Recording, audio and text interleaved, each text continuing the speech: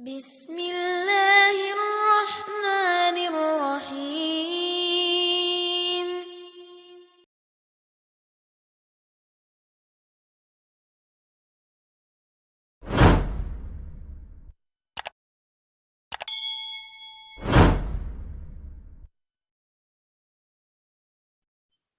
Assalamualaikum warahmatullahi wabarakatuh. Alhamdulillah. Wassalatu wassalamu ala Rasulillah wa ala alihi wa ashabihi wa mawalah. Asyhadu an la ilaha illallah wahdahu la syarika lah wa asyhadu anna Muhammadan abduhu wa rasuluh wa safiyuhu wa khaliluh addal amanah wa nasahal ummah wa jahada fi sabilihi haqqa jihadih. Alhamdulillah rabbil alamin. Beberapa poin yang penting juga sebelum kita masuk ke surat Abasa, bagian yang kedua, sebagai renungan kita pasca bulan Ramadan adalah bahwa salah satu karakter orang mukmin kalau dia selesai melakukan amal ibadah, bukan saja berterima kasih kepada Allah dan memohon agar diterima amal ibadahnya, tetapi juga disertai dengan hati yang takut, karena dia merasa belum bisa sempurna dan belum bisa memberikan ibadah yang terbaik yang semestinya dilakukan untuk Allah Subhanahu wa taala. Gambarannya misalnya dalam surah Al-Mu'minun ayat ke-60, walladzina yu'tuna ma atau, dan orang-orang yang memberikan apa yang diberikan berupa sedekah, bisa berupa salat, puasa, apa saja ibadah yang dia lakukan. Wa qulubuhum wajilah, dan hati mereka wajilah, hati mereka takut. Gambarannya hati mereka takut, kenapa? Karena merasa dia belum bisa memberikan yang paling terbaik, belum bisa memberikan yang sempurna. Semestinya dia memberikan yang paling terbaik untuk Allah Subhanahu wa taala. Akan tetapi karena kelemahan dirinya, dia hanya bisa melakukan sebagaimana yang dia lakukan. Karena itu, dia perasaannya itu ada rasa takutnya. Takut karena belum bisa memberikan yang terbaik, takut karena dia pasti nanti harus bertemu dengan Allah Subhanahu wa taala. Kita juga ingin memiliki perasaan itu karena kita selesai melakukan puasa Ramadan, sehingga harapannya di hati kita ini juga muncul perasaan takut kepada Allah Subhanahu wa taala, sehingga memompa kita untuk terus melakukan amal ibadah yang lebih baik lagi di luar Ramadan. Yang kedua, yang juga penting untuk diingat, saya hanya sedikit saja, kata Rasulullah SAW, innamal a'mal bil khawatim. Sesungguhnya amal itu adalah bil khawatim, di akhirnya, di khotimahnya, di pungkasannya. Dulu ada Rasulullah SAW berperang. Saat berperang itu, Rasulullah SAW kemudian ada masa jedanya dalam perang. Rasul kembali lagi ke pasukannya, orang-orang mukmin, sementara orang-orang musyrik kembali lagi ke pasukannya, orang-orang musyrik. Akan tetapi ada satu orang di kalangan orang Islam yang menarik, kemudian dia tidak membiarkan, dia tidak ikut istirahat bersama Rasulullah dan pasukannya, malah apa yang dia lakukan, dia maju terus, tidak membiarkan orang musyrik itu berkumpul bersama kelompoknya, pasukannya, dan menyerang sendirian dengan pedangnya, sehingga semua orang-orang terkagum-kagum betapa beraninya orang ini. Yang menarik, Nabi kemudian memberikan komentar terhadap orang ini. Kata Rasulullah SAW, kalau kamu ingin melihat ahli neraka, lihatlah orang itu. Ada sahabat kemudian yang membuntuti orang ini. Kenapa Rasul kemudian menyebut orang tersebut adalah ahli neraka? Padahal dalam pandangan kita semuanya, kata dia adalah seorang yang paling pemberani di antara kita. Maka akhirnya diikuti, dan seterusnya dalam peperangan, kemudian dia terluka parah, laki-laki ini, dan dia tidak tahan dengan sakitnya, dia kemudian letakkan pedangnya di tanah, dan pedangnya ditaruh di tanah, ujung pedangnya dia taruh di dadanya, dan dia tusukkan dirinya sendiri sehingga pedangnya tembus ke dalam dadanya hingga ke belakang, dan dia mati dalam keadaan bunuh diri. Laki-laki yang mengikuti ini, sahabat Nabi yang mengikuti datang ke Rasulullah SAW, dan kemudian menyatakan asyhadu annaka Rasulullah, saya bersaksi sesungguhnya engkau Rasulullah. Kata Rasul, ada apa engkau ini? Kata Rasulullah, kata dia, ya Rasulullah, engkau masih baru dulu engkau menyatakan bahwa kalau engkau ingin melihat orang ahli neraka, lihatlah si laki-laki itu. Aku mengikuti laki-laki itu. Dan kemudian sungguh aku melihat dia tidak tahan ketika terluka dalam peperangan, dan dia melukai dirinya sendiri dengan cara bunuh diri. Dan Rasul kemudian menyatakan, innal abda, sesungguhnya seorang hamba itu, la ya'malu amala ahli nar, wa innahu min ahli jannah. Ada orang yang perbuatannya sebagaimana perbuatan orang ahli neraka. Tapi nanti ternyata dia adalah ahli jannah. Cirinya adalah di ujung akhir hidupnya, dia melakukan amalan ahli ibadah. Wa ya'malu amal ahli jannah, dan dia melakukan amalan ahli jannah. Ya, sementara ada orang juga yang melakukan amalan ahli surga, tapi ternyata dia ahli neraka. Kenapa? Karena ujungnya kemudian dia melakukan perbuatan dosa dan meninggal dunia. Karena itu Rasul kemudian menegaskan di dalam hadisnya, wa innamal a'mal bil khawatim. Sesungguhnya amal itu tergantung akhirnya, tergantung khotimahnya. Kita kemarin di dalam bulan puasa sudah melakukan amal ibadah yang istimewa, ya mulai kita siamnya, tilawahnya, sodakohnya. Pertanyaannya adalah, kalau kita ini hanya melakukannya di bulan Ramadan saja, hati-hati. Jangan-jangan nanti ini akan membuat kita, na'udzubillah, summa na'udzubillah, kalau kita tidak membiasakan terus, maka takutlah kepada hadis Rasulullah Shallallahu Alaihi Wasallam, innamal a'mal bil khawatim. Amal itu sesungguhnya yang terbaik tergantung sampai akhirnya nanti, saat kita sakaratul maut. Jadi poin yang pertama, marilah kita punya hati yang takut, karena kita belum bisa memberikan yang terbaik dalam ibadah kita kepada Allah SWT, sehingga kita ingin melakukan yang menambahi lagi, yang lebih baik lagi, yang lebih baik lagi. Yang kedua, ingat, amal ibadah itu tergantung ujungnya. Karena itu tidak pernah kita mengenal kata akhir di dalam ibadah. Bahkan para ulama menyatakan sejelek-jeleknya orang, ya, kalau hanya beribadah di bulan Ramadan, tapi setelah bulan Ramadan dia lupa Allah Subhanahu wa taala. Yang ketiga, inna min alamati qubulil hasanah. Sesungguhnya tanda dari diterimanya kebaikan adalah al-hasanah ba'daha. Dia melakukan kebaikan itu setelahnya. Tanda Ramadan kita diterima adalah kita tidak berhenti ibadah kita. Kita masih melakukan puasa sunnah mungkin, meskipun kualitas dan kuantitasnya berbeda. Kita masih bersedekah meskipun kualitas dan kuantitasnya berbeda. Kita masih terus tilawah, kita masih terus taklim meskipun kualitas dan kuantitasnya berbeda. Tiga, tanda kalau puasa kita diterima adalah kita masih terus melakukan kebaikan setelah bulan Ramadan. Yang keempat, poinnya adalah mudawamah fil a'mal as-salih. Ketika Rasulullah SAW ditanyai oleh Aisyah, ayyul amal, amal yang bagaimanakah, ahabbu ilallah, yang paling dicintai oleh Allah SWT. Apa jawaban Nabi Muhammad? Adwamuhu wa inqallah, yang paling kontinu, yang paling terus-menerus, meskipun sedikit. Pertanyaannya adalah, mari kita teruskan amal ibadah yang telah kita lakukan di bulan Ramadan. Puasanya, sedekahnya, tilawahnya, qiyamul lailnya, meskipun sedikit, meskipun berbeda. Kalau di Ramadan qiyamul lailnya sedikitnya 11 rakaat minimal misalnya, tapi nanti kita harus terus melakukannya, meskipun kualitas dan kuantitasnya berbeda. Yang paling terakhir adalah bahwa di bulan Ramadan, di luar setelah bulan Ramadan ini, kita kembali ke normal. Setan sudah tidak lagi di kerangkeng. Karena itu kita ini harus sadar akan godaan setan yang akan terus menggoda kita. Bagaimana caranya? Adalah ingat Allah SWT, perbanyak zikir, perbanyak ingat kepada Allah Subhanahu wa taala.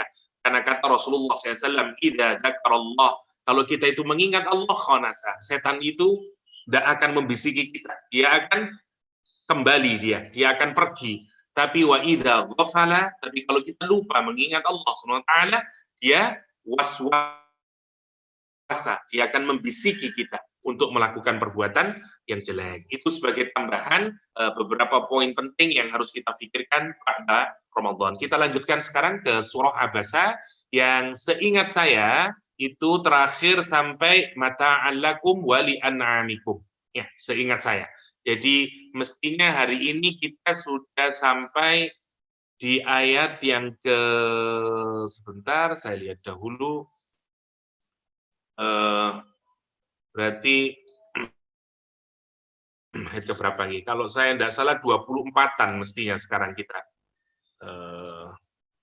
Sekedap atau saya jelaskan dari awal agak cepat sampai nanti di ayat yang ke-23 baru kemudian di ayat yang ke-24 kita mulai agak detail ya, agak biar karena pada Ramadan sudah terlalu lama, jadi mungkin kita sudah ada yang lupa nih. Kita lihat dulu dari ayat yang paling awal dulu ya. Sebentar saya share screen dulu untuk memudahkan. Sekedap surah Abasa.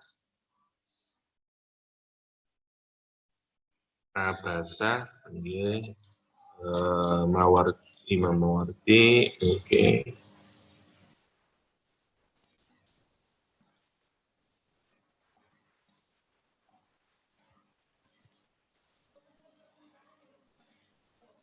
Oke, saya share screen dulu.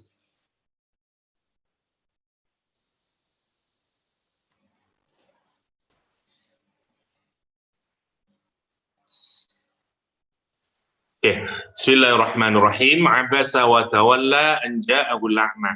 Bermuka masam, mengkerut dahi Rasulullah SAW sebagai tanda sumpek, sebagai tanda stres karena kedatangan seorang yang buta, wa tawalla, dan berpaling. Ketika Rasulullah sedang sibuk-sibuknya menerima pemimpin orang Quraisy yang bertanya tentang Islam, karena Nabi berharap bisa menjelaskan Islam kepada mereka, dan kemudian meluluhkan hatinya sehingga mereka memeluk Islam. Sementara yang tahu hati adalah Allah Subhanahu wa taala. Padahal mereka ini datang hanya sekedar ingin tahu saja, sama sekali tidak punya keinginan untuk tertarik dengan agama Islam. Sementara yang buta yaitu Abdullah bin Ummi Maktum, karena kebutaannya dia tidak tahu, dia datang dengan tergesa-gesa, ya, dengan sungguh-sungguh, benar-benar ingin menyucikan dirinya, dia kepingin belajar. Respon Rasulullah SAW kemudian mengkerut, ya, bermuka masam, watawalla, dan berpaling. Anja'ahul a'ma, ketika datang seorang yang buta. Wa ma yudrika la'allahu yazakka. Dan wa ma yudrika la'allahu yazakka. Dan kita tidak bisa tahu, ya, siapa yang tahu. Sekali-kali kita tidak ada yang tahu siapa yang akan mensucikan dirinya, tidak ada yang tahu. Apakah karena hanya Allah yang tahu hati seorang, hanya Allah yang tahu apakah seseorang itu sungguh-sungguh mensucikan Allah Subhanahu wa taala atau tidak. Ya, hanya Allah yang tahu. Karena itu menarik untuk difikirkan bahwa nopo namine, urusan hati adalah urusan Allah Subhanahu wa taala. Ya, karena itu tugas kita hanyalah berusaha untuk menilai baik orang. Wa ma yudrika la'allahu yazakka. Dan tahukah engkau Muhammad, barangkali dia ingin menyucikan dirinya. Au yadzakkaru fatanfa'uhu dzikra. Atau dia ingin mendapatkan pengajaran yang kemudian memberikan manfaat kepadanya. Amma man istaghna. Adapun kepada orang yang istighna, yang merasa serba cukup dan tidak merasa butuh kepada orang lain, termasuk kepada Nabi Muhammad Sallallahu Alaihi Wasallam. Apa yang dia lakukan? Amma man istaghna fa anta lahu tasadda. Dan engkau, kata Allah Subhanahu Wa Taala, Muhammad, kepada orang yang merasa cukup, engkau beri perhatian. Amma man istaghna fa anta lahu tasadda. Wa ma 'alaika alla yazakka. Padahal tidak ada celah atasmu kalau dia tidak mensucikan diri. Kalau memang dia tidak beriman, ya tidak apa-apa. Kenapa? Kata Allah Subhanahu wa taala, "Wa ma 'alaika alla yazakka, wa amma man ja'aka yas'a." Adapun kepada orang yang mendatangimu dengan lari dia dengan sungguh-sungguh, dengan cepat, bersegera dia datang menemui Nabi. Wa huwa yakhsha, dan dia takut kepada Allah Subhanahu wa taala. Fa anta anhu talaha, engkau tidak memberikan perhatian, engkau mengabaikannya. Ya, kalla innaha tadhkirah, kata Rasulullah, kata Allah Subhanahu wa taala, sekali-kali jangan begitu. Sungguh ajaran-ajaran Allah adalah sebuah peringatan. Ya, adalah peringatan. Innaha tadhkirah faman syaa dzakara, maka barang siapa yang menghendaki tentulah dia akan memperhatikannya. Faman syaa dzakara fi suhufin mukarramah, dan peringatan Allah itu, tadhkirah Allah itu berupa Al-Qur'anul Karim. Di mana? Fi suhufin mukarramah, di dalam kitab yang dimuliakan di sisi Allah awalnya, di suhuf mukarramah, marfu'atin mutahharah, letaknya sangat tinggi. Biaidi safarah, dia sangat tinggi, ya, ditinggikan dan disucikan oleh Allah Subhanahu wa taala. Marfu'atin mutahharah biaidi safarah, biaidi safarah, dia dijaga oleh siapa? Dijaga oleh para malaikat, di tangan para malaikat yang baik, yang saleh, yang digambarkan biaidi safarah, kiramim bararah, yang mulia lagi baik. Ya. Qutilal insanu ma akfarah, celaka manusia itu, betapa menakjubkannya kekufurannya. Bagaimana dia bisa mengkufuri Allah Subhanahu wa taala? Min ayyi syai'in khalaqah, min nutfatin khalaqahu faqaddarah, summa sabila yassarah, summa amatahu fa'akbarah, summa idza syaa'a ansyarah. Seingat saya kita sampai di ayat ke-17. Ya. Jadi kita sekarang mulai masuk mendetailkan dari ayat yang ke-17. Jadi singkatnya, kalau di ayat sebelumnya bicara tentang dua karakter manusia. Satu, Abdullah bin Umi Maktum, yang kedua orang-orang Quraisy, pemimpin orang Quraisy. Kita tidak pernah tahu siapa yang mensucikan dirinya. Singkatnya, Allah ingin menjelaskan ada orang-orang yang begitu sudah mendapatkan peringatan dari Allah Subhanahu wa taala. Dia menemui Rasulullah SAW, sudah dijelaskan oleh Rasulullah isinya Al-Quranul Karim, seterusnya. Tetapi mereka masih tetap kufur, padahal dia melihat semua tanda-tanda kebesaran Allah Subhanahu wa taala. Kira-kira begitu ya. Terakhirnya. Mari kita lihat ayat 17. Utilal insanu ma akfarah. Utilal insan ma akfarah. Utila itu berasal dari qatala, artinya membunuh. Utila terbunuh, mati maksudnya. Utila itu adalah ungkapan untuk menunjukkan kehancuran. Kalau kita ingin mengungkapkan kalimat yang mengungkapkan kehancuran, menggunakan kata kutila salah satunya. Mungkin agak mirip dengan orang Jawa atau orang Surabaya tepatnya, Surabaya yang Gresik, waktu ngomong sangat marah kita dengan menggunakan kalimat mati awakmu, wongko misalnya, mate awakmu. Lah itu namanya kutila. Kutila karena seperti hoping atau harapan atau doa kehancuran. Kutilal insan, celaka manusia itu. Celaka manusia itu. Kira-kira begitu ya. Hancur manusia, wongko menungso itu. Kira-kira begitulah ungkapannya. Ya, kutilal insan. Ma akfaro. Ma-nya ini ma li ta'ajjub. Ma yang menggambarkan kekaguman. Kok iso ya? Kok bisa ya? Betapa menunjukkan keheranan. Ma akfaro. Bagaimana manusia itu bisa mengkufuri Allah Subhanahu wa taala? Ini yang pertama, diingatkan oleh Allah. Yang pertama diingatkan diingatkan oleh Allah betapa menakjubkannya manusia itu, betapa mengherankannya manusia itu. Bagaimana dia bisa kufur kepada Allah Subhanahu wa taala? Wongko menungso itu, kira-kira begitu. Kenapa mengherankan? Kemudian Allah tunjukkan. Kenapa begitu menakjubkan manusia itu? Kok bisa kufur kepada Allah? Ya, sama seperti beginilah. Ada orang tua yang begitu baik menyayangi anaknya, nyekolahin anaknya, memenuhi segala kebutuhannya. Masa Allah cintanya kepada anaknya. Anaknya tidak berbakti kepada kedua orang tuanya. Dengan seluruh kebaikan yang dilakukan oleh orang tuanya. Apa kita bilang? Kok iso ya? Nduk anake koyo ngono iku lho. Padahal orang tuanya amat sangat baik. Kita keheranan. Lah gambaran keheranan itu menggunakan ma.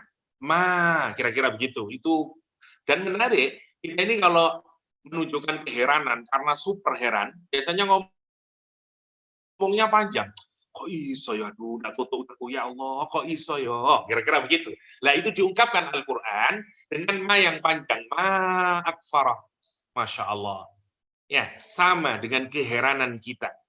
Ya, saya menarik ya, saya punya ada salah satu santri lah yang kita tolong, misalnya dulu kita tolong karena enggak punya, ditolong semuanya, diantarkan sampai kuliahnya dan segala macam, sampai sukses lah.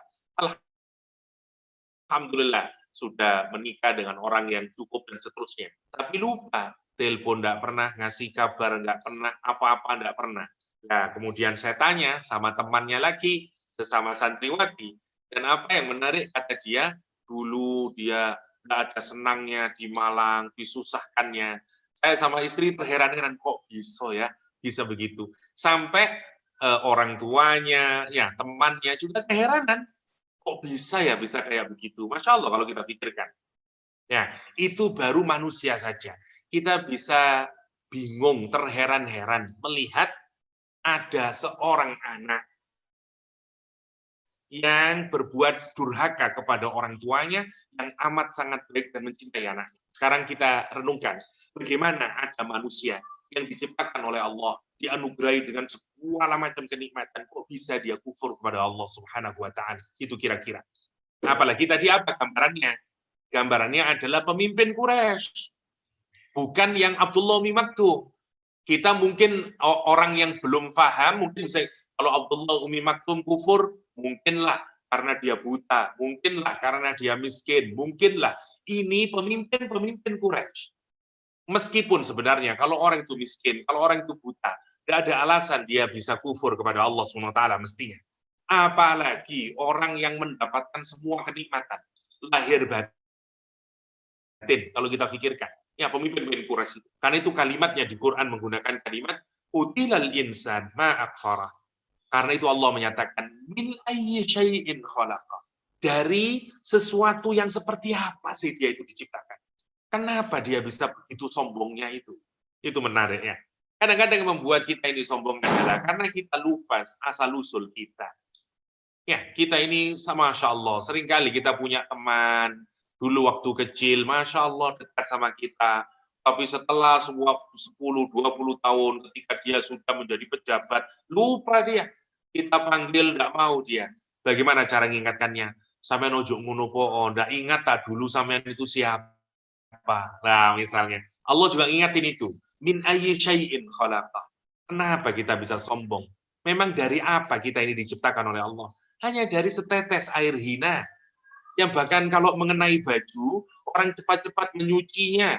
Dan tidak senang orang, karena kotorannya itu, Masya Allah, meskipun dia tidak najis. Kita itu dari sesuatu, yang kata Roma Irama, dari setetes air hina. Kata Al-Quran, ma'im mahin, dari air yang hina. Masya Allah. Kemudian dari air yang itu hina, yang lemah itu, yang tidak punya kekuatan apa-apa kalau kita pikirkan. Kemudian Allah akan jadikan nutfah, min nutfatin, ya, dari sperma dan ovum ayah ibu kita. Khalaqah, kamu itu diciptakan. Faqaddarahu, kemudian Allah desain, ditentukan ukurannya, ibaratnya seperti di engineer, ini nanti telinganya, ini begininya, semuanya ditentukan kemudian oleh Allah. Ya, warna kulitnya kayak apa, rambutnya apa, dan seterusnya. Tinggalnya nanti di mana, berapa rizkinya, umurnya nanti berapa, semua ditentukan oleh Allah SWT. Ya, faqaddara. Jadi ditakdirkan, ditentukan proporsinya. Oh, dia tinggal di tropis, oke, kulitnya harus begini. Persis seperti orang yang engineering saja. Ya. Jadi setelah di-mix antara ovum dan sperma itu, wah, itu ada proses yang kita tidak tahu. Si Al-Quran menggunakan kalimat faqaddarahu. Mungkin kalau hari ini, wah, DNA-nya semuanya di Masya Allah ya. Ini nanti rambutnya harus begini, karena cocoknya begini, ini kulitnya begini, dan seterusnya. Sampai rezekinya, usianya, jodohnya, semuanya. Ya, setelah itu apa? Summa sabila yassarah. kemudian Allah mudahkan jalan keluarnya dia. Ya, natural. Seorang ibu sebenarnya diberikan kemudahan. Kalau kita mikir kok bisa ya keluar ya, Masya Allah kalau kita pikirkan. Allah yang memudahkan itu. Dan untuk nunjukin apa? Betapa lemahnya engkau, bahkan engkau tidak bisa keluar dengan dirinya sendiri, engkau butuh bantuan. Ya, minimal ibumu yang ngeden dengan sangat susahnya itu antara hidup dan mati, dan masih membutuhkan bantuan bidan, bantuan dokter. Betapa lemahnya engkau itu. Ya, kok bisa kemudian dengan gagah dan sombong mengkufuri Allah Subhanahu wa taala? Kan tidak lama kamu itu hidup di dunia. Tsumma amatahu. Kemudian kamu akan dimatikan oleh Allah Subhanahu wa taala, fa'akbarahu, dan kemudian kamu akan dikuburkan. Setelah dikuburkan, bukan selesai urusan. Tsumma idza syaa ansyara. Kemudian apabila kami kehendaki nanti ada waktunya, yaitu yaumul ba'ats, di hari ketika kita dibangkitkan, Masya Allah. Tsumma idza syaa ansyara. Nanti semuanya akan dibangkitkan dan kemudian kita bertanggung jawab di hadapan Allah Subhanahu wa ta'ala. Tsumma idza syaa ansyara. Kalla lamma yaqdi ma amarah. Kata Allah Subhanahu wa ta'ala, kalla, sekali-kali tidak. Sekali-kali tidak. Lamma yaqdi, kamu belum. Ya, manusia itu belum. Yaqdi, menyelesaikan. Lama itu gini, lama itu belum selesai, tapi masih ada harapan untuk bisa menyelesaikan. Jadi ibaratnya ada satu pekerjaan itu belum selesai dikerjakan, tapi masih ada jatah waktu untuk menyelesaikannya. Nah, namanya lama. Ya, kalau kita renungkan, sekarang kita misalnya ada yang usia 40 tahun, 30 tahun, 50 tahun, kalau kita pikirkan, ada sekian banyak tanggung jawab kita ini. Ya, perintah Allah yang sebenarnya belum sempurna kita kerjakan. Ya, lamma yaqdi ma amarah. Kita belum melaksanakan secara sempurna apa yang Allah perintahkan. Nah, tetapi karena kita masih hidup, kita berarti masih punya peluang. Ya, untuk apa? Untuk bisa memperbaikinya. Ya, semua makhluk, semua manusia, kata Allah SWT, kalla lamma yaqdi ma amarah. Kalau kita renungin, kita ini merasa, ya Allah, saya masih kurang sedekah saya, ya Allah. Ya Allah, saya masih kurang sholat saya, ya Allah. Ya Allah, saya masih belum sempurna tilawah saya, ya Allah. Ya Allah, saya masih semuanya. Kalla lamma yaqdi ma amarah. Bahkan kalau kita pikirkan sedikit sekali penghambaan kita kepada Allah. Ya, dan banyak sekali komplain kita kepada Allah Subhanahu wa ta'ala. Jadi, lihat sampai di ayat ini Allah ngingatin kepada kita. Dengan cara apa? Dengan cara melihat ke asal-usul. Renungkan ya, yang membuat kita ini sering lupa adalah dunia ini. Jabatan, pangkat, sebagaimana orang kuras itu. Dan kemudian kita tidak mau menerima apapun di luar diri kita. Namanya istaghna tadi itu. Merasa cukup, tidak butuh yang lain. Orang Jawa menyebut semukeh. Boten boto pun kali lintune. Namanya istaghna.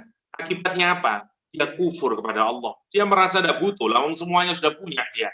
Kekuasaan dia punya, uang punya, kekayaan dia punya, anak buah banyak. Kufur dia akhirnya. Allah menyatakan bagaimana, betapa mengagumkannya, mengherankannya. Kok bisa dia kufur itu? Memang dia diciptakan dari apa, kata Allah? Nah, dia itu dari air hina yang diketemukan dengan ovum, jadi nutfah. Kemudian ditentukan semuanya. Kemudian dia dikeluarkan oleh Allah.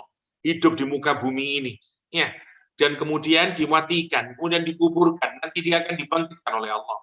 Sungguh, manusia itu sebenarnya belum pernah bisa memenuhi secara sempurna apa yang diperintahkan oleh Allah Subhanahu wa ta'ala. Itu cara pertama, Allah ngingatin kita. Mari kita renungkan, kalau kita ini sombong, kalau kita ini malas ibadah, renungkan, memangnya siapa kita ini? Ya, memangnya siapa kita ini? Allah kemudian menyatakan apa? Falyanzuril insan ila ta'ami. Kata Allah, oke, sekarang cara mengingatkan yang kedua. Ya, kalau yang pertama diingatkan asal-usul kita, yang kedua diingatkan tentang karunia-Nya Allah Subhanahu wa taala. Falyanzur, maka lihatlah, renungkanlah, pikirkan dengan cara yang mendalam. Ya, hei manusia, yang sering lupa. Falyanzuril insan ila ta'amih, suruh memikirkan apa? Makanannya. Makanan to'am yang dimakan oleh manusia. Pikirkan itu nasi yang kau makan, ya, rendang yang dimakan, opor yang dimakan, buah yang dimakan, semuanya itu kalau kamu pikirkan, memangnya dia datang dari mana? Memangnya siapa yang memberi itu? Dan seterusnya. Kamu bisa hirup udara, bisa minum dengan air, bisa makan makanan, dan semuanya itu dari siapa? Anna sobabnal ma'a sobba. Sesungguhnya kami yang mencurahkan air itu. Terus, kalau tidak ada air awalnya, tidak ada semua kehidupan ini. Allah curahkan air dari langit.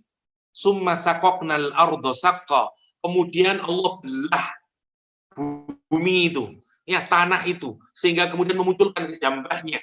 Ya, kita kalau melihat tanah itu, awalnya tanah kering, kemudian diturunkan hujan, kemudian sakit merekat, muncul tanamannya, delenya keluar, semuanya. Nah, proses pecahnya benih itu atau biji itu yang kemudian bisa membelah tanah, itu yang disebut dengan summa sakoknal arda syaqqa.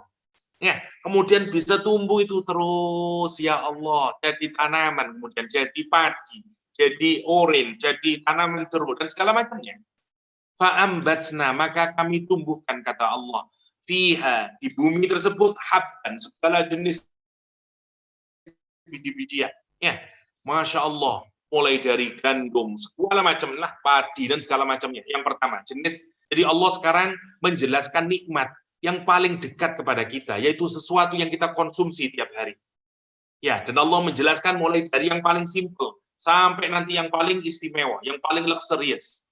Satu, pertama biji-bijian, nasi, gandum, wa'inaban, naik lagi, buah-buahan sekarang, anggur, inab, anggur, wa qodba. Qodba itu tanaman, kalau kita apa namanya ya, yang kita makan yang ada di dalam tanah, seperti singkong, ketela, segala macam, namanya qodba, ya. Jadi jenis makanan yang umbi-umbian. Nah, qodba, umbi-umbian. Jadi daunnya dimakan oleh binatang, ya. Yang di atas tanah dimakan oleh binatang, yang di bawah kita konsumsi. Namanya qodba. Allah jelasin dari habba dulu, kemudian ada jenis makanan yang lebih baik lagi, ainab dan qodba, terus kasih zaitunan wa nakhla. Sekarang lebih serius. Bagi orang Arab yang paling top makan itu zaitun, kurma, Masya Allah. Ini untuk menggambarin apa? Semua nikmat yang diberikan Allah. Ibarat kita kalau ngomongnya, mulai nasinya, tempe tahunya, terus makanan sampai istimewanya, ya dagingnya, ayamnya, buah-buahannya, semuanya, susunya, semua diberikan oleh Allah SWT. Dari mana itu? Awalnya semua dari Allah, dari air yang dipancarkan. Ya, Masya Allah kalau kita pikirkan. Ya, wahadaiqa, dan kemudian kebun-kebun yang amat sangat hijau, ranau. Hadaik, hadiqah, bedanya dengan bustan. Ya, kita kalau misalnya TK, SD, biasa disebut dengan bustanul atfal, ya, bustanul atfal, apa namanya, bustan taman, ya, atfal anak-anak, taman anak-anak, taman kanak-kanak, ya, misalnya. Jadi apa bedanya bustan dengan hadiqah?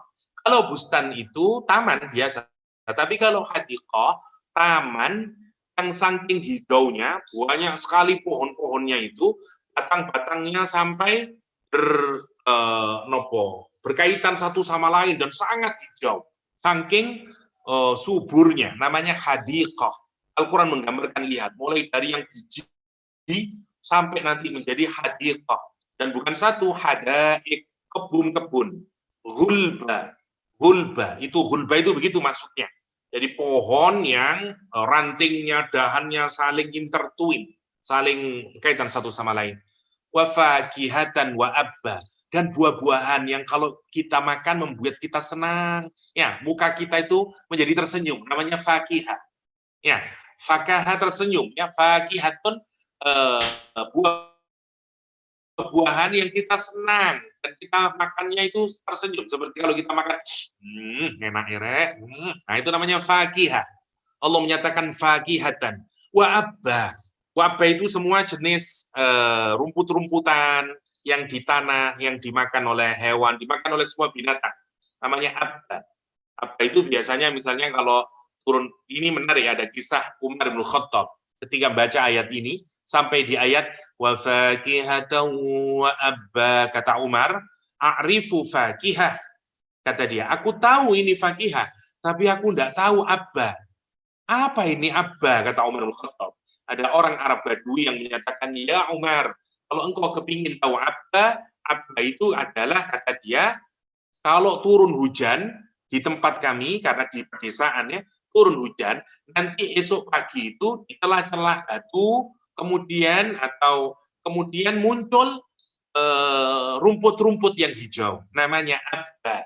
Abba, mata'an lakum wa li'an'amikum. Semuanya itu, ya, mulai biji, anggur, ya, semua umbi-umbian, zaitun, kurma, kebun-kebun, ya, buah-buahan segala jenis, ya, rumput-rumputan yang hijau ranau, semuanya itu tuh apa, kata Allah? Mata'an lakum, untuk kesenanganmu, untuk agar kamu bisa bersenang-senang, nikmat, mata'an, ya, enjoyment, buat kamu semuanya. Wali an'amikum, dan buat binatang. Nomor 2 bahkan binatangnya. Masya Allah. Didahulukan manusia semuanya itu, Allah ciptain semuanya.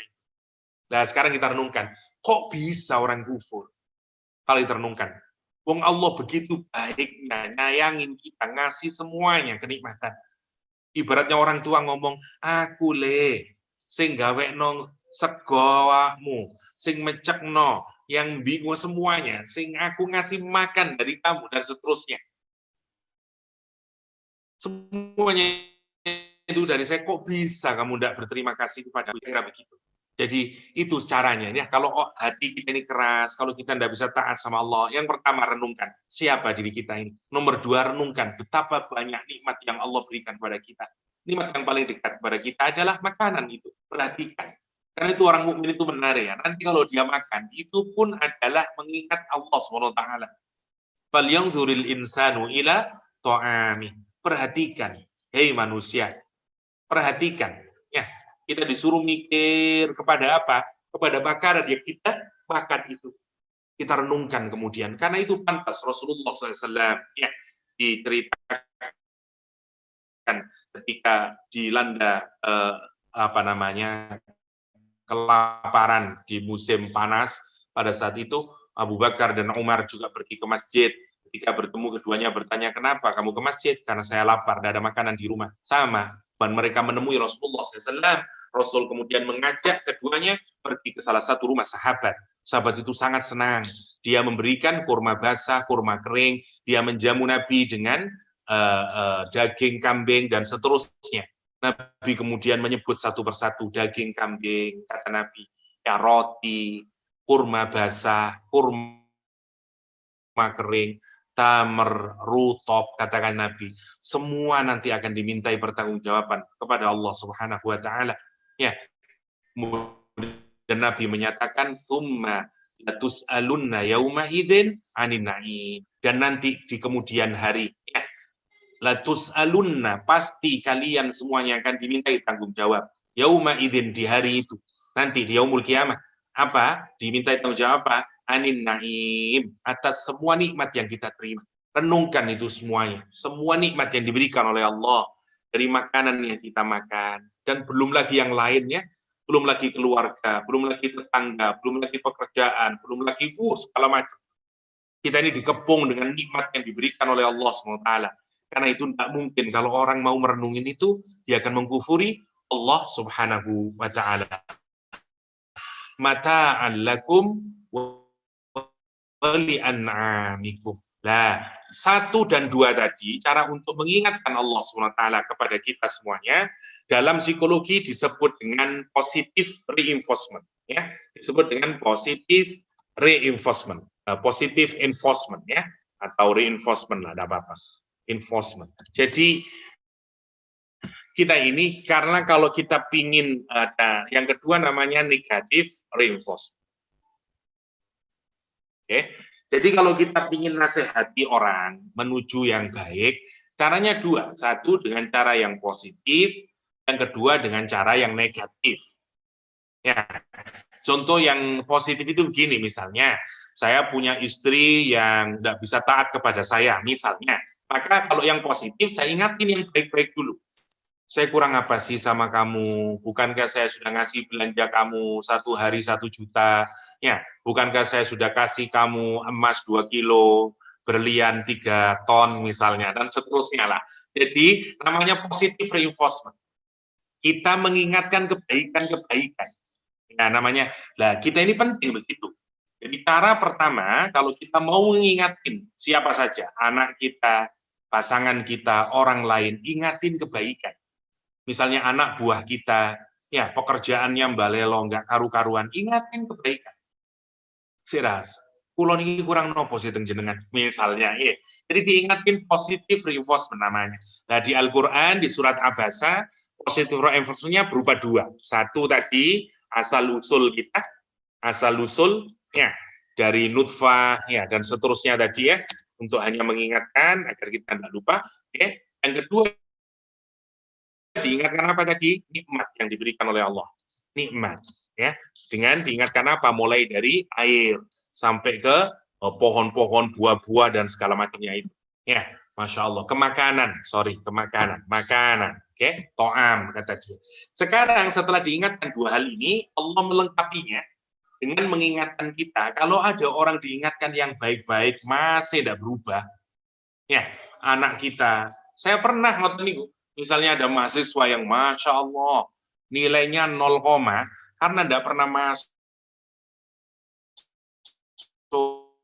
kuliah, dan sekarang anak wali saya sampai nangis merikatin dia. Awal saya menggunakan positive reinforcement, diingatkan, kamu tidak taat, kasihan sama orang tuamu sudah membiayai, dan segala macamnya. Itu cara kita nasihati. Quran juga gitu, nasihatin hati kita ini. Biar kita taat sama Allah.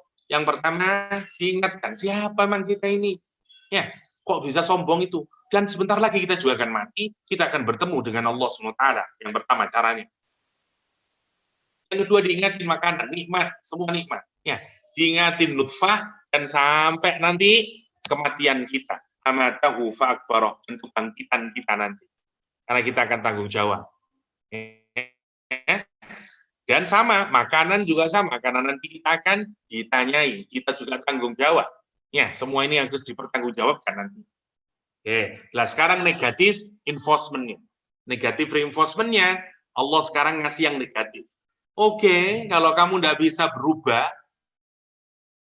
sudah saya kasih ingat kamu, asal-usulmu apa, sudah saya kasih ingatin kepada kamu, nikmat yang aku berikan, tapi tidak berubah kamu. Sekarang nasihatnya bersifat negatif sekarang, keras sekarang nasihatnya. Kata Allah SWT, فَإِذَا جَاءَتِ الصَّاخَّةُ. Kalau demikian. Sokhoh itu artinya suara yang memekakkan telinga. Sokhoh artinya suara yang membuat telinga menjadi tuli. Namanya sokhoh. Al-Quran menyatakan, فَإِذَا جَاءَتِ الصَّاخَّةُ. Maka ingatlah, kalau kamu tetap tidak beriman, aku wanti-wanti kamu, kata Allah. Ingat ya, nanti ya, kalau nanti sudah datang sokhoh, sama seorang guru kalau wanti-wanti, terus no. Engkau ya, nanti ya, kalau sudah ujian, tidak lulus kamu. Namanya negative reinforcement. Sama istri, terus no, sampean kenemenen, lah. Saya tidak bisa maafin kamu lagi. Nanti ujungnya udahlah, saya pukul sama lo, misalnya. Dan seterusnya. Faidah ja'atu sokha. Orang itu kalau sudah kebangetan, maka negatif caranya, menasehatinya. Ya, ibu kalau udah teman, David kamu ya, misalnya. Faidah ja'atu sokha. Allah juga begitu. Sekarang ingatin, karena sudah parahnya manusia itu dalam mengkufuri Allah. Karena Allah menyatakan, ingat, nanti kalau sudah keluar suara yang membuat telinga manusia itu menjadi tuli. Suara nopo niku? Suara yaumul kiamah. Ketika ditiup sangkakala, hancur semuanya. Jangankan telinga kita, dengar suara nafkhatus sur itu, suara tiupan sangkakala, semua hancur melekat.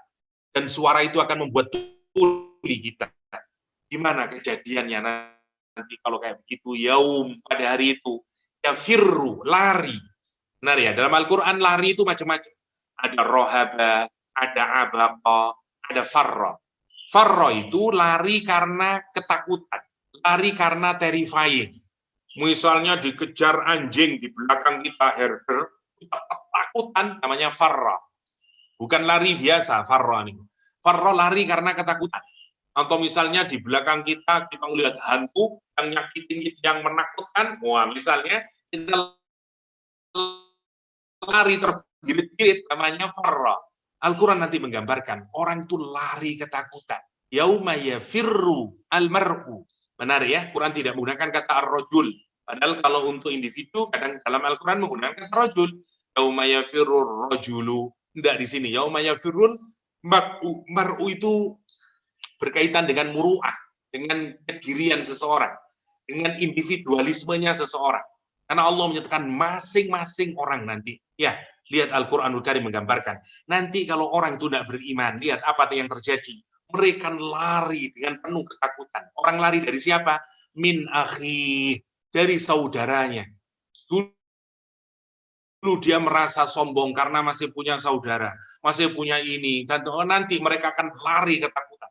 Lari ketakutan. Min akhi, dari saudaranya. Tidak ada orang saling menolong satu sama lain. Dia mau menyelamatkan dirinya sendiri. Karena ketakutan, azab Allah Subhanahu wa taala. Dia lari dari ibunya. Dulu kalau dia punya masalah, ya, seburuk apapun ibu, kalau anaknya kembali ke ibunya, ibunya akan menerimanya dan memproteksinya. Tapi tidak di yaumul kiamah. Orang lari dari ibunya. Dia tidak pedulikan lagi ibunya. Dia tidak pedulikan lagi bapaknya. Ibu juga tidak medulikan anaknya. Bapak juga tidak medulikan anaknya, Masya Allah. Lari dari siapa lagi? Wasohibatihi wabani. Hari itu orang lari dari pasangannya, sohibahnya yang kemana-mana berdua saja. Kalau suami atau istri, saking lengketnya kayak perangko, kemana-mana berdua terus, namanya sohibah, bukan zaujah. Ini bahkan suami yang di dunia, suami istri, yang di dunia dulu reket sekali, sekarang udah enggak. Dia akan lari, sohibatihi, wabani, dia lari dari anak-anaknya. Oke, kalau kamu enggak mau dinasehatin ini, itu, dinasehatin asal-usulnya, dinasehatin tentang nikmat yang diberikan oleh Allah, kata Allah SWT, renungkan itu. Nanti kalau sudah muncul yaumul kiamah ya, kalau hari suara itu sudah dibunyikan, suara yang akan mentulikan telinga itu, kamu semuanya akan ketakutan, kamu lari dari siapapun. Lari dari saudaramu, ibumu, bapakmu, istri, suamimu, anak-anakmu. Kenapa? Likul limriin. Karena pada itu setiap diri. Kalau kita punya satu urusan, yang urusan itu amat sangat penting, sehingga kemudian kita tidak mikir urusan yang lain, karena fokus kita hanya ke situ, namanya sya'an. Sya'an. Ya. Jadi misalnya, seperti siapa, kalau pelajar saya misalnya, besok sudah harus dikumpulkan, wah malam sepaneng, ngerjain terus. Itu mau ada istri manggil, kadang-kadang nggak denger itu. Anak-anak manggil, abi, nggak denger sampai dia nepuk paha, abi, misalnya. Kenapa? Karena kita sedang sibuk-sibuk. Ya, lah manusia itu digambarkan limriin, setiap individu, setiap orang. Dari orang-orang tadi itu semuanya, yaumaidzin pada itu sya'nun yughni. Dia semuanya berada dalam kesibukan karena punya urusan sendiri-sendiri yang dia tidak mikirin orang yang lain. Menarik ya, kalau kita mikir di dunia, sesibuk-sibuknya kita, sefokus-fokusnya kita sama urusan, kita masih, ya meskipun masih tetap ingat. Mungkin kalau kita sedang sibuk banget ya di depan komputer, ya televisi bunyinya apa kita tidak dengar, radio bunyinya apa kita tidak dengar, tapi kita bunyi kita tidak dengerin. Suara istri tidak dengerin, tapi apa benar-benar total ya enggak. Nanti kalau istri kita, mas tolong nggak mas, dipegang kita, ingat kita, iya nopo. Tapi tidak di yaumul kiamah. Saking masing-masing orang itu punya urusan sendiri, ketakutannya. Oh, aku bertanggung jawab ini, bagaimana nanti saya dulu tidak sholat, dulu saya tidak puasa, dulu saya pernah garong, dulu saya pernah korupsi, dulu saya pernah nempeleng, dulu saya pernah nyakitin tanggal, semuanya punya urusan sendiri-sendiri. Yang membuat dia tidak mikirin orang lain, termasuk bapaknya, ibunya, anaknya, semuanya tidak pernah pikirin. Kenapa? Karena cukup urusannya sendiri itu sudah membuat dia tidak mikirin yang lain. Masya Allah. Dan nanti ujungnya apa kata Allah SWT?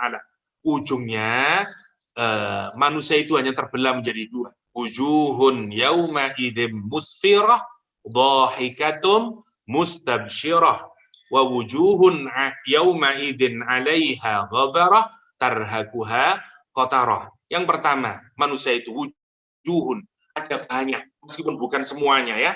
Wajah satu, kalau wujuh banyak, tapi bukan jamak yang seluruhnya. Wujuhun ya, karena tidak dikasih al-wujuh, bukan semua wajah, tapi banyak nanti wajah-wajah. Yauma idzin, pada hari itu musfirah,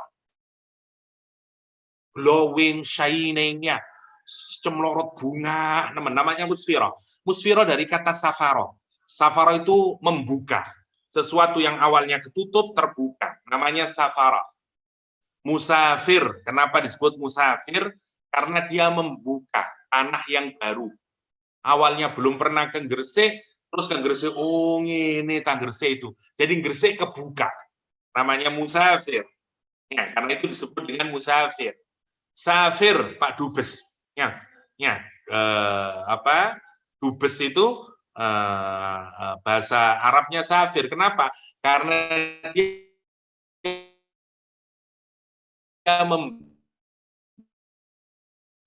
untuk Indonesia, berarti dia membuka keinginannya Pak Jokowi, karena dia di sana berlaku seperti wakilnya, namanya safir. Dari situ diambil kata musfirah.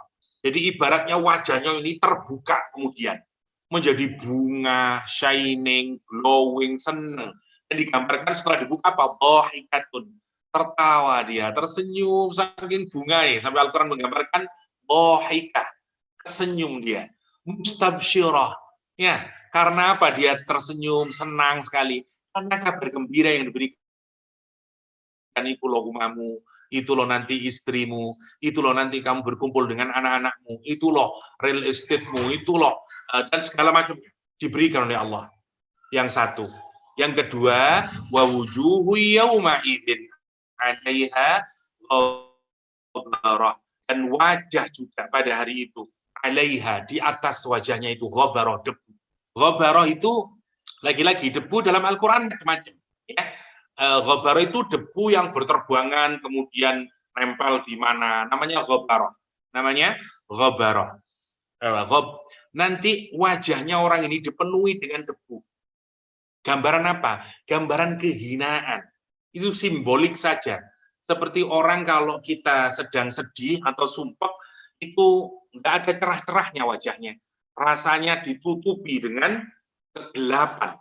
Al-Quran menggambarkan yauma idzin 'alaiha ghabar, berdebu mukanya. Tarhaquha qatarah. Ya, qatarah adalah apa qatarah itu? Smoke. Apa?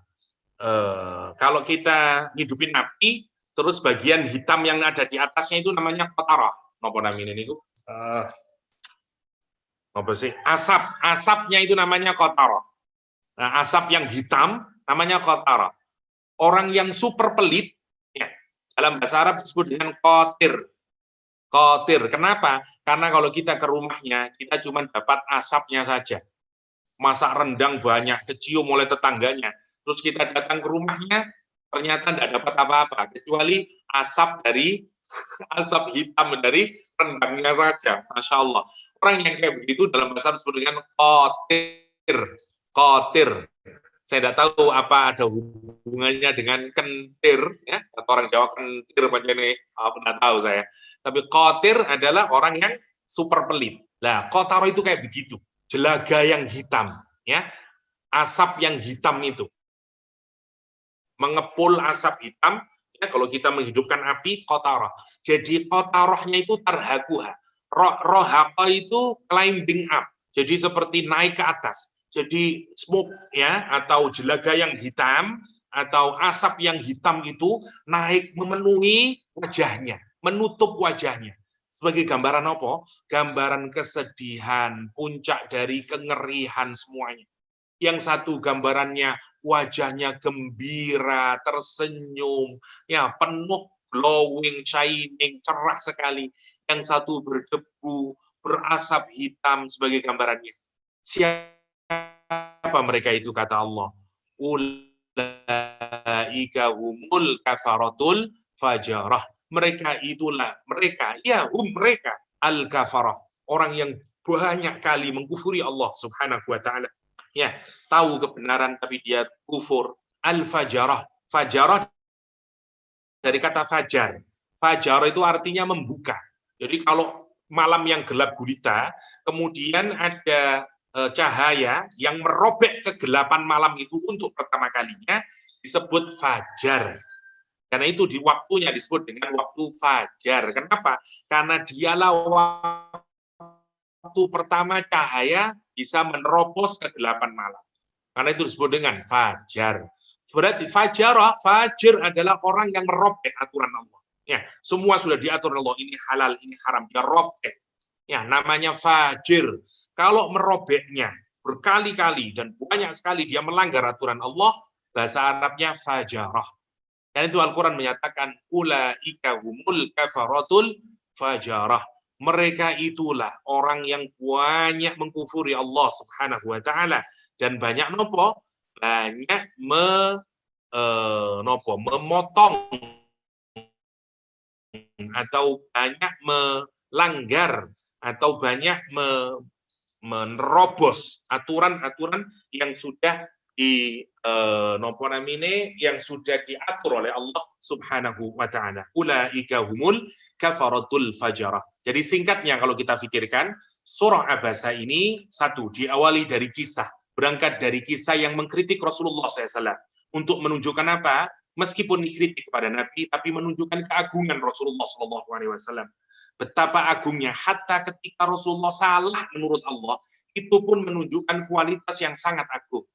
Karena Rasul hanya bisa merengkel merikine dan berpaling dari Abdullah bin Umi Maktum. Allah ingin menggambarkan, lihat, kesolehan seseorang itu. Lihat, yang satu orang buta, miskin, tapi imannya sempurna. Sungguh-sungguh dia datang ke Rasulullah, taklim, mengaji dia. Padahal lihat, dia buta, dia miskin. Tapi butanya, kemiskinannya tidak membuat alasan dia tidak mentaati Allah. Kenapa? Karena masih banyak kenikmatan yang lain kalau kita direnungkan. Sementara yang satu, gambaran dari orang yang kafir, ya kaya raya, punya kedudukan yang tinggi, ya memegang kekuasaan, uangnya sangat banyak. Tapi lihat, dengan semuanya itu, dia merasa tidak butuh dengan siapapun, hatta kemudian tidak butuh sama Allah Subhanahu wa taala. Allah mengkritik melalui surat Abasa ini siapa terutama?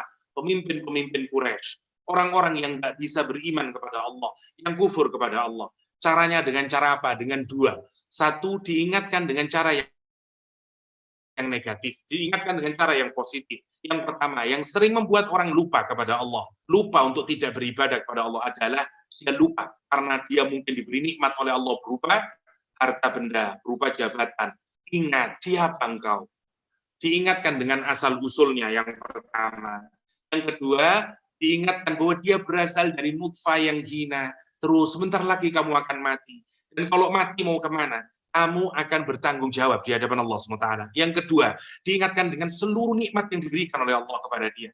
Terlalu banyak nikmat yang diberikan oleh Allah, yang mestinya membuat kita ini, hati kita menjadi lemes, hati kita kemudian menjadi beriman kepada Allah. Alih-alih beriman tapi malah kufur. Karena itu Allah mengingatkan, lihat makanan yang kamu makan. Memangnya kamu bisa makan kalau tidak? Karena karunia Allah SWT. Dan Allah mengingatkan, sebentar saja juga. Ya, nanti kamu, semua nikmat itu yang kamu sekarang nikmati itu, jangan dikira gratis. Nanti kamu akan bertanggung jawab atas semua nikmat. Dan setelah itu Allah menggenapinya dengan cara memberikan penguatan secara negatif. Ingatkan, oke, kalau dengan dua itu kamu belum bisa taat kepada Allah, belum bisa kembali dari kekufuranmu, kata Allah SWT, oke, tunggu saja nanti ya. Ingat-ingat, kalau sudah ada suara yang memekakkan telinga, yang membuat kamu menjadi tuli, nanti keadaan manusia cuma ada dua. Kalau kamu beriman kepada Allah, wajahmu akan sumringah, so glowing, shining, tersenyum, gembira sekali. Ya, sementara yang satu wajahnya berdebu dan penuh dengan jelaga yang hitam, asap hitam menutupi dia. Kenapa? Karena dia banyak melakukan kekufuran dulu dan banyak dia melanggar aturan-aturan Allah Subhanahu wa taala. Demikian mungkin secara sekilas surah Abasa yang bisa saya sharingkan. Monggo menawi ada pertanyaan untuk bisa kita diskusikan. Saya kembalikan lagi kepada tadi Mas Sofi menawi boten kelintu. Ya, saya persilakan. Syukron Ustaz. Kita kasih kesempatan untuk satu atau dua penanya, Nji. Monggo. Assalamualaikum. Waalaikumsalam warahmatullahi. Baik Ustaz, terima kasih atas waktunya. Saya mau tanya ini dengan situasi kondisi yang lagi rame lah sekarang lagi. Jadi tadi disebutkan dalam ayat terakhir, ulaika humul kafaratul fajurah. Mereka itulah orang-orang kafir dan lagi durhaka. Jadi di situ ada disebutkan orang kafir. Sekarang lagi marah di Indonesia itu pemerintahnya dipegang oleh oligarki pemilik modal atau kapitalis. Lalu apakah ada kaitan dengan ayat ini, Ustaz? Mohon dijelaskan, Ustaz. Terima kasih. Assalamualaikum warahmatullahi wabarakatuh. Waalaikumsalam warahmatullahi wabarakatuh. Oke. Ulaika humul kafaratul fajarah. Orang kafir di ayat ini tentu saja gini ya, Al-Quran itu menggunakan dua untuk merujuk orang kafir. Yang pertama, kafir yang biasanya oleh para ulama disebut dengan kafir i'tiqadi. Kafir secara i'tikad, secara i'tiqad, hati. Memang dia tidak percaya sama Allah, memang dia mengkufuri Nabi Muhammad SAW, namanya kufur i'tiqadi. Dan seluruh kejelekan itu, amal keburukan itu tergantung dari akarnya. Kata para ulama, kufur itu adalah akar dari segala jenis maksiat. Jadi kalau kita mikir kenapa ada orang melakukan perbuatan buruk, sebenarnya ujung-ujungnya itu adalah karena ada kekufurannya. Nah, bayangin, apalagi kalau orang sudah kufur, maka nanti semuanya, omongannya akan jadi jelek. Ya, semuanya nanti. Kenapa? Karena akarnya sudah jadi jelek. Begitu pula iman. Kalau iman itu benar, maka yang keluar dari iman semuanya baik. Kalau kita punya iman yang baik, omongan kita baik, sikap kita baik, rumah tangga kita baik, perilaku kita juga baik. Maka kufur i'tiqadi itu yang paling jelek sendiri. Kenapa? Karena nanti itu menjadi bibit dari segala macam kejelekan. Yang pertama disebut dengan kufur i'tiqadi. Yang kedua disebut dengan kufur amali. Kufur dalam bentuk perbuatan. Nah, kufur dalam perbuatan belum tentu orangnya kufur. Ada juga orang yang mukmin tapi kufur dalam perbuatannya. Ya.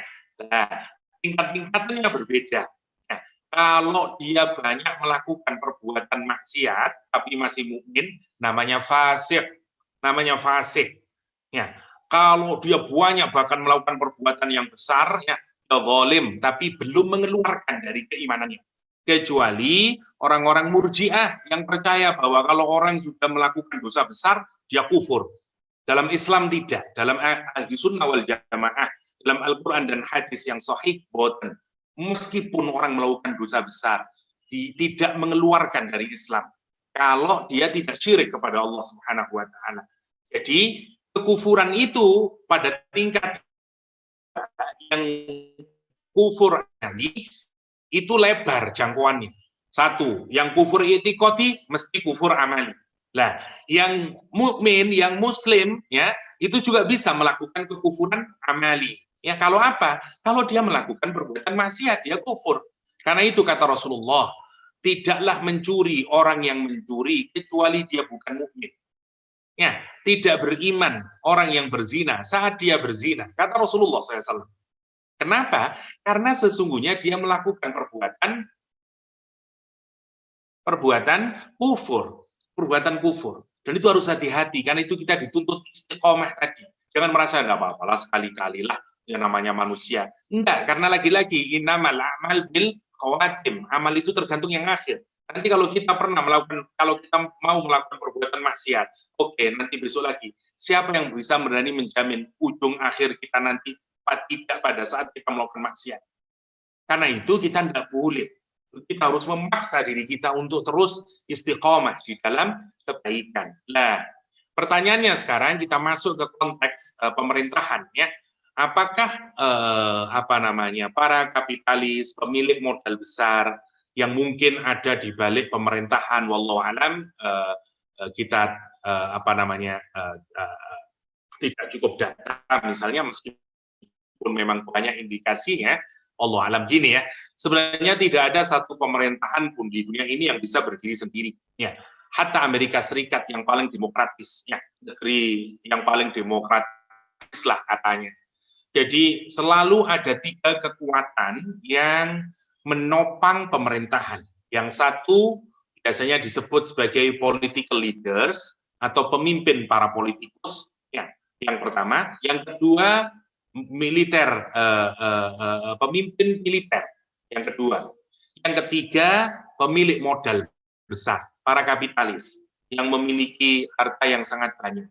Nah, 3 ini selalu yang running the country. 3 inilah yang biasanya melakukan simbiosis. Ya, lah di mana-mana begitu, mau di Amerika, mau siapapun saja, karena memang nggak mungkin orang menjalankan pemerintahan hanya dengan sendiri, karena mereka saling mencari keuntungan. Kenapa para pembisnis, para kapitalis kok ikut membiayai pemerintah? Nah, iya, karena dia ingin bisnisnya terus berlangsung dengan aman, dia terus dapat proyekan terus, lancar semua urusannya. Dan siapa yang membackup? Pemerintah. Militer juga gitu, karena dia yang pegang kekuatan. Karena itu 3 ini biasanya disebut sebagai trinitas dalam ilmu politik. Nah, termasuk di Indonesia kalau kita melihat, ya, tidak ada pemerintahan yang tidak oleh bisnismen dan seterusnya, semuanya begitu. Nah, apalagi kalau 3-tiganya saling bersinergi, waduh, bahaya sudah. Maka yang terjadi nampaknya seperti demokrasi, maka sesungguhnya kenyataannya, hakikatnya tidak demokrasi, karena sebenarnya bukan rakyat yang berkuasa, tapi ya 3 kelompok dominan: militer, pemimpin politik, dan pemilik modal. Karena itu, apakah mereka termasuk dalam kelompok al-kafarah? Kita belum bisa mendefinisikannya. Misalnya, apakah semua kapitalis, semua orang pemilik modal semuanya kufur? Belum tentu juga. Karena itu kita juga harus hati-hati. Sekali lagi, akidah Ahlussunnah wal Jamaah itu bukan akidah yang sifatnya cepat dan kemudian dengan seenaknya kemudian mengkafirkan atau memvonis seseorang menjadi kafir. Gini, ya, karena penting. Salah satu kesalahan dari orang-orang Khawarij yang kemudian menyusup akidahnya kepada gerakan-gerakan teroris di seluruh dunia ini, termasuk ISIS, termasuk semuanya lah, para pengebom dan seterusnya, itu adalah salah satunya melalui begini. Jadi kalau ada ngelihat pemerintah yang zalim, yang melakukan kemaksiatan, kemudian dianggap kufur. Nah, kalau sudah kufur nanti menjadi halal darahnya. Dan karena kalau kufur berarti merobohkannya menjadi sebuah kewajiban. Dan itulah awalnya secara teologi bibit-bibit yang melahirkan kenapa ada orang yang melakukan bunuh diri, bom bunuh diri, dan seterusnya. Nah, ini bertentangan dengan akidah Ahlussunnah wal Jamaah. Kenapa? Karena kekufuran itu tidak bisa diberikan kepada orang yang hatta melakukan perbuatan maksiat. Kalau kita punya tetangga membunuh orang, berzina dia, semua dosa besar dia lakukan. Tapi kalau dia tetap meyakini Allah itu adalah la ilaha illallah, meyakini Nabi Muhammad adalah Rasulullah, dia tetap mukmin, dia tetap muslim, maksud saya. Dan dia mati, kalau mati harus kita kuburkan, kan kita layani sebagaimana orang mukmin. Itu poinnya. Jadi dalam akidah Ahlussunnah wal Jamaah, dosa besar tidak membuat orang menjadi kufur. Hati-hati, karena ada banyak ajaran yang sekarang ini mulai berseliweran. Sebenarnya kenapa? Karena orang tidak tahan. Karena tidak tahan hidup dalam kezaliman, akhirnya ini udahlah cara paling mudah, kufurin sajalah. Kufurin sajalah. Padahal sekian banyak, kalau kita belajar dari Al-Quran, belajar dari hadis yang sahih, tidak boleh. Tidak boleh. Kritik harus. Boleh mengkufurkan orang. Hatta meskipun dia melakukan perbuatan maksiat yang besar.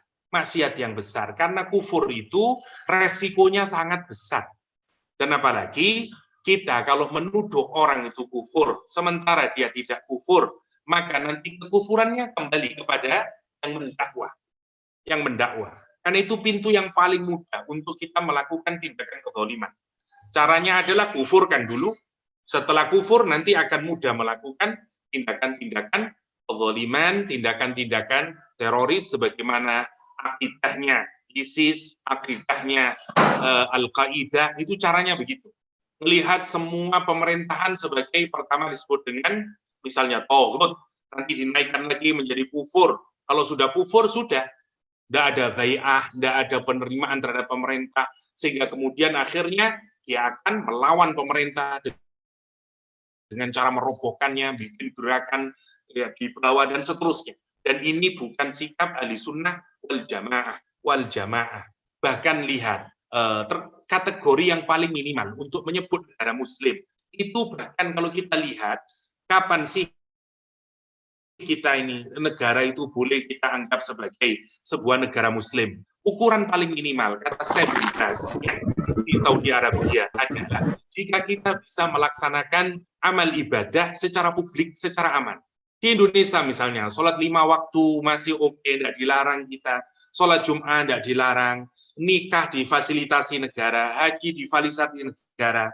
Maka sebenarnya dalam rumusan negara Islam yang paling minimalis, negara Indonesia ini negara Muslim, negara Islam. Tetapi kalau kapan negara itu tidak disebut negara Islam?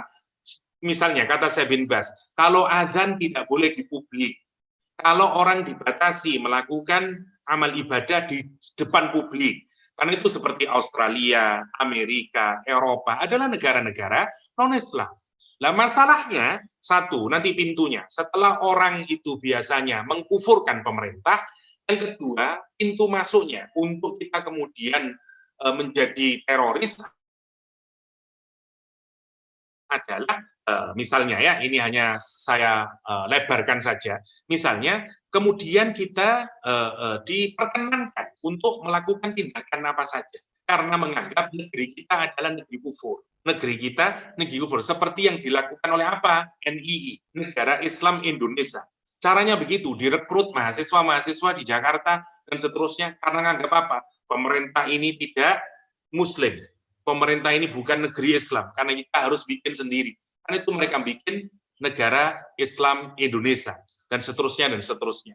Jadi, ya, tentu saja ada banyak kekurangan dari pemerintahan sekarang ini, terutama apa yang didiskusikan oleh banyak kalangan tentang oligarki yang sangat kuat di pemerintahan Jokowi, sehingga susah sekali berkelit dari penetrasi terutama China dan seterusnya ya. Tapi sekali lagi untuk menyebut mereka sebagai orang kufur, apalagi sampai ke pemerintahan kufur, tentu tidak dibenarkan di dalam agama.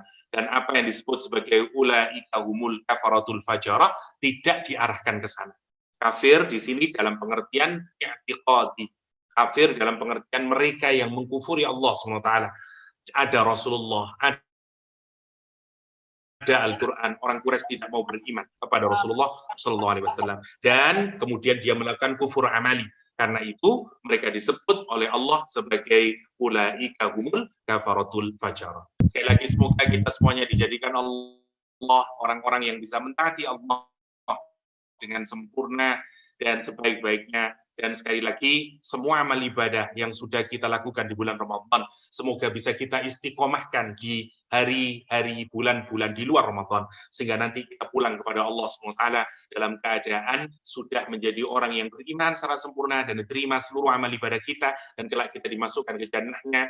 Amin Allahumma amin. Demikian yang bisa saya sharingkan. Dan Allah yakum ajma'in. Wa sallallahu ala nabiyyina Muhammadin wa alihi wa sahbihi wa sallam. Wa akhiru da'wana anil hamdulillahi rabbil alamin. Wassalamualaikum warahmatullahi wabarakatuh.